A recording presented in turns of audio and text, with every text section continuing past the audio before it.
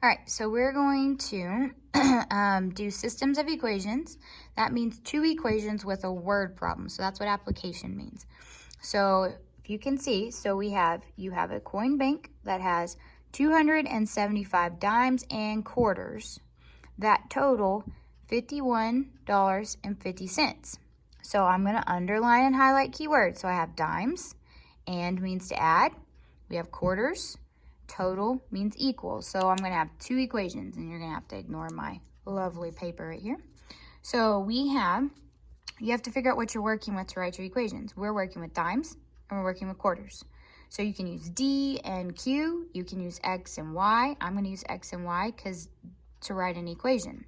So what do we have? Dimes and quarters. How many do we have?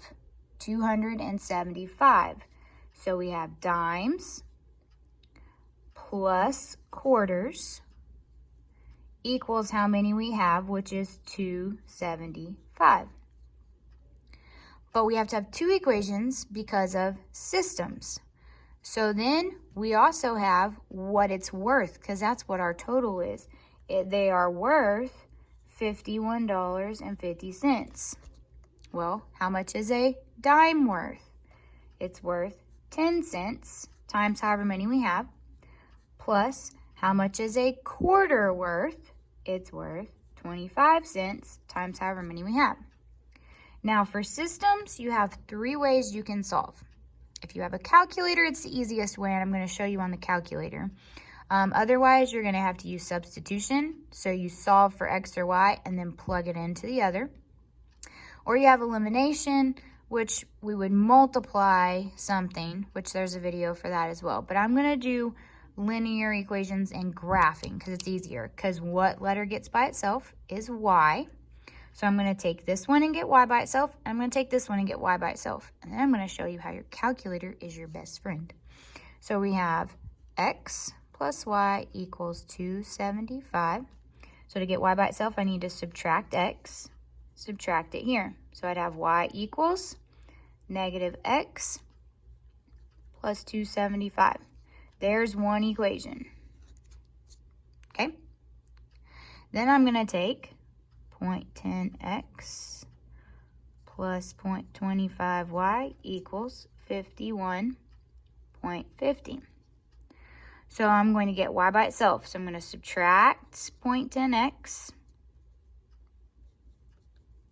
So that would be 0.25y equals negative 0.10x, because x comes first, plus 51.50. Then y is not by itself yet, so the last thing you have to do since they're touching is divide. So your cell phone calculator does do decimals. So this gives you y equals negative 0.10 divided by 0.25 is 0.4.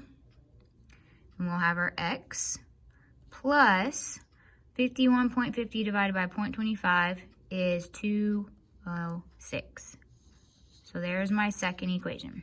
So when you solve for systems, you find what they have in common. So to solve for x and y, our calculator can find it. By graphing, you would graph your y-intercept and use rise over run.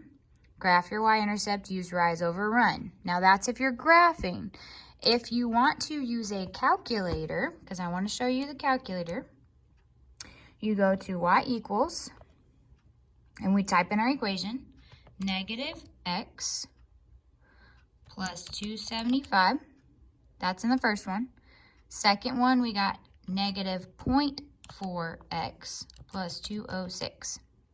And I'd hit graph. Now, these might show up, they might not show up. If they don't show up, you can zoom out. And hit enter again.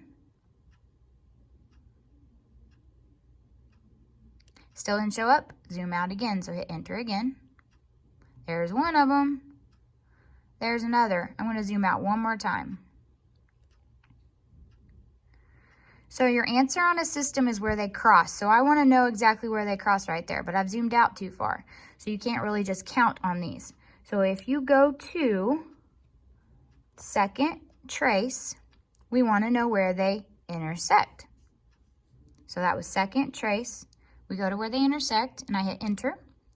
When it says first curve, you just hit enter because my cursor's on the first line. Then my cursor moved to the second line, which is the second curve, and I hit enter. And when you see guess, you hit enter one more time, and we'll have our answer.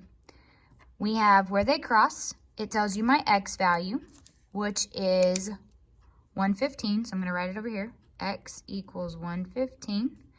And my y value equals 160.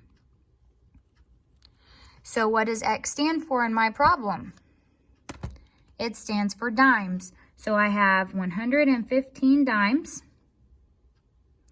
And then my Y stands for quarters. So I have 160 quarters. That is your answer right there for that whole word problem. Calculator makes it a lot easier. If not, you're going to have to watch my iTutoring video over systems, how to plug them in. Okay? And we'll go back over it again when we get to all come back to school. Okay? There is number 1. You try to do the other 2 problems I've assigned, which is 4 and 6. See you later.